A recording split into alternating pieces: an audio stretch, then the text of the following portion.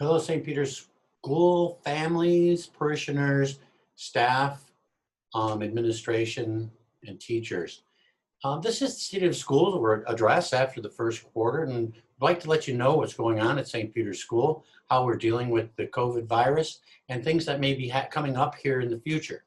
St. Peter's School is right now we're doing awesome. It's fantastic to have everybody in school, and some people remotely synchronized into the classroom. It's nice that we have some new technology for those that are being synchronized and for those that are in the classroom. We just did have installed 3 new active panels into a couple of different rooms. Teachers are learning how to use those, and I think it's going to be a great addition to the school. Main concern for a lot of people right now is health and safety of the students while they're in the school, and the faculty, their health and safety as well. You know, St. Peter's School students and staff, we've reported no cases of COVID-19. We will continue to be vigilant with temperature checks and symptom screenings in the mornings and sometimes in the afternoons. Disinfecting cleaning efforts will be continued, and they will be the main emphasis throughout the day, making sure everything's clean, wherever students touch, wherever teachers walk through, and wipe down, disinfected when they do go through, especially after recess or a lunch period. Mask wearing will continue to be consistently checked. You know, we're walking around telling students they have to have that mask up over their nose, over their mouth, make sure that that is done, because I think that is one thing that is keeping us from having any cases inside the building. Social distancing and spacing of the classrooms will definitely continue. We do go through and make sure that the students are social distance as much as possible, and they're doing a great job for us. All the grade levels and staff are continuously hand washing and hand sanitizing. These things are what is keeping COVID out of our building. And I think we're doing just a bang up job getting it done. You know, again, St. Peter's parents are helping us out a lot because they're keeping these students home and they're sick, and advising us of any of the symptoms the students may have. And I thank you for this definite continued support. You know, if your student has a fever or any of the symptoms, you know, maybe even if it's just a seasonal flu, allergy, and or a cold, you know, we're asking you to keep them home, and you're doing a great job keeping them there, and making sure after 12 to 24 hours, those symptoms are gone, and then sending them back into school for us to continue their education. You know, at lunch and recess, they are socially distant. Disinfecting between the lunch periods that are a main focus, and the outside equipment is constantly being sprayed in between recesses so that the next group coming out have clean equipment to work with. On a note, we have free lunches that were scheduled to continue through December, but they are going to continue all the way through June. So if your student does want to have the free lunch, please make sure that you send in, you know, the lunch forms for them. Masks, we must have them fit correctly. If I have any real concern, I see some of the masks coming in, they're way open on the end, or they keep falling off. If you could please just make sure that we have masks that fit correctly, and send the students in with them in the morning. Have an extra mask at school and make sure that they are clean. Our folks here sometimes, you know, after they eat, they put the mask on, and they really do need a good scrubbing, you know, after a day or two. We're going to keep doing what works, because really there's no need right now at St. Peter's School to move from in-person to remote based on the county if our population at St. Peter's School is not experiencing an outbreak. I know that Lorain County and the state of Ohio are experiencing a large number of COVID cases right now, and all the whole state of Ohio is actually, but there's nothing coming into our building. And I think it's because we're following the plans we've created. You know, and we've definitely continued monitoring the local populations in all the area schools to see what's going on. We follow up on anything that, you know, maybe somebody we know or got in contact. We make sure that those folks are staying quarantined for the 14 days, and we continue to make sure that our building is clean, safe, masks are worn, temperatures are checked, and nobody has any symptoms in the school. You know, and I thank everyone for following the protocols. They have been successful, as we have had not any cases at the school. We have to thank many people for the success. We thank Father Bob for his continued support of the school, his advice and work through this pandemic. Every person on staff has made the school safe for anyone who enters the building. The teachers have followed every protocol and kept the students learning and advancing in every subject and at every grade level. Parents and administration understand that our dedicated teachers will do everything possible to ensure the student's success while keeping in mind that success begins at home. Parents, your responsibility really is to keep them safe, knowing that they have to wear the mask, knowing that they have to keep their hands washed, and continue reminding them that this is what they need to do while they're at school throughout the day. You as well, showing them that you're wearing the mask when you go out, that you're following the recommendations of the state and the Lorain County Public Health. Also, not going out to the parties, because from what I understand, the parties and the small gatherings, this is where we're getting the COVID from. And this is what's stopping us from really opening up the state. This is what I understand is happening, but I think our parents are doing a great job with this because we've really not seen any COVID coming into our building. And it's just fantastic. Continually keep your symptoms checked at home with students, yourselves, and siblings. And I think we can make it work until June. I really do. We're not going to let up. We'll not let our success lead to complacency. We will continually tweak the policy we have in place. We'll disclose those rules that have no, or discontinue those rules that have no merit, and we'll work collaboratively with the entire St. Peter's campus to keep our students safely in school. We have to be bold. We have to be strong. We have a large campus with many people on it. I have to give props to our, maintenance staff for cleaning the building out in the evenings and in the mornings and coming through and wiping down restrooms in the middle of the day. Also, keeping the church and the gym clean and disinfected as well. Their duties pretty much doubled, and they really are doing a great job for us. So if you see it, please give them a thank you, because they deserve it. And here we go.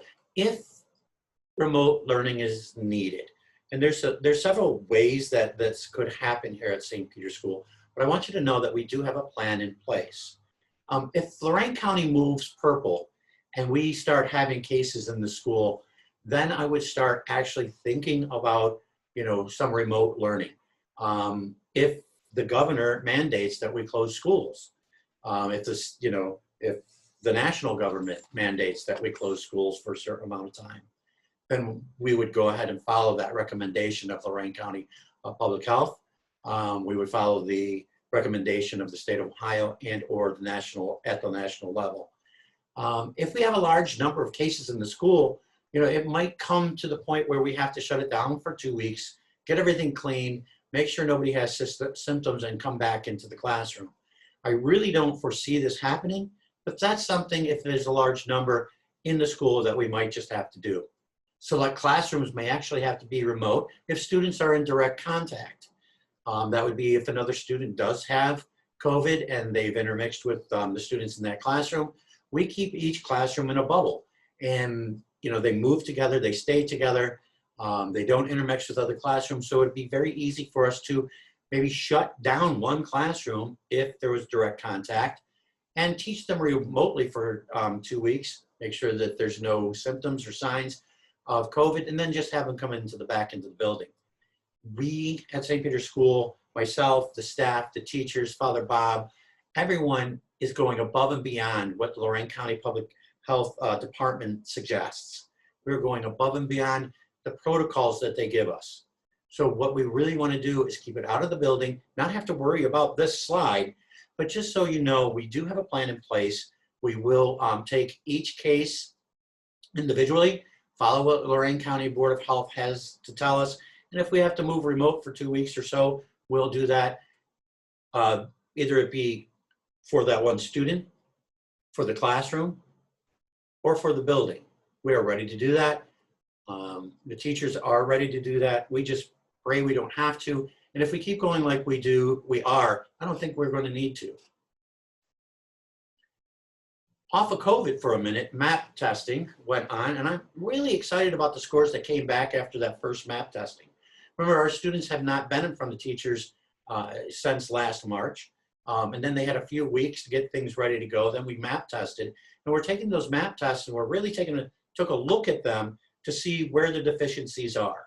And we've talked with all the teachers, and they're really starting to hit those points, and it's going to be really interesting on our second go around with the MAP testing. I think as a building, we were very successful. We were focusing again on what the needs of the students are and how to get them back on track. And what was really, really great is the way the teachers came together to implement the strategies that will help their classroom in the areas where they were low. I'm excited because the MAP tests were higher than I expected. And I think they were higher than some of the teachers expected. And really, I think we will be above where we need to be on the next round of MAP testing. And I'm really proud of our students, staff, and parents for making sure that through the shutdown, our students were still learning online and at home. St. Peter's School is bold. We are strong. We still have masks. We still have recess. Band is starting up. I saw them outside testing the 4th grade students for instruments. That was fantastic to see. You know, we still have music, although we can't sing. We have art, we have Spanish, we have gym. We had the egg drop, dress down, Halloween parties. We had the honors assembly. Although it's different, we're still having these things. And the students are having social interaction, and they're having fun.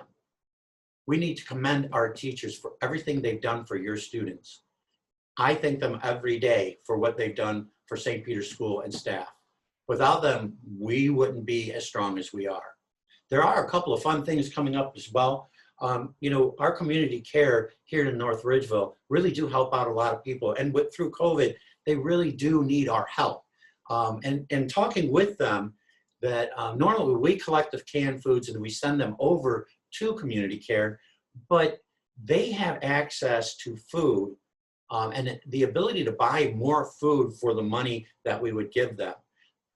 So this year we're asking for donations, and the students will purchase a house, and we're going to build a house of mercy for our community and help community care feed those who at this time may need food.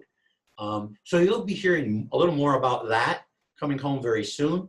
If Mrs. Wrights hasn't beat me to it, because she's actually very good at that. And please, let's support community care. Let's support those who really are in need and help out North Ridgeville through community care. Again, we have to commend our teachers. That's our student council putting it together with Mrs. Byrne, one of our teachers, making sure that our student council is still present in the school, even through COVID. The plan, again, COVID numbers are high. We'll follow those recommendations. We could close some classrooms if we have to.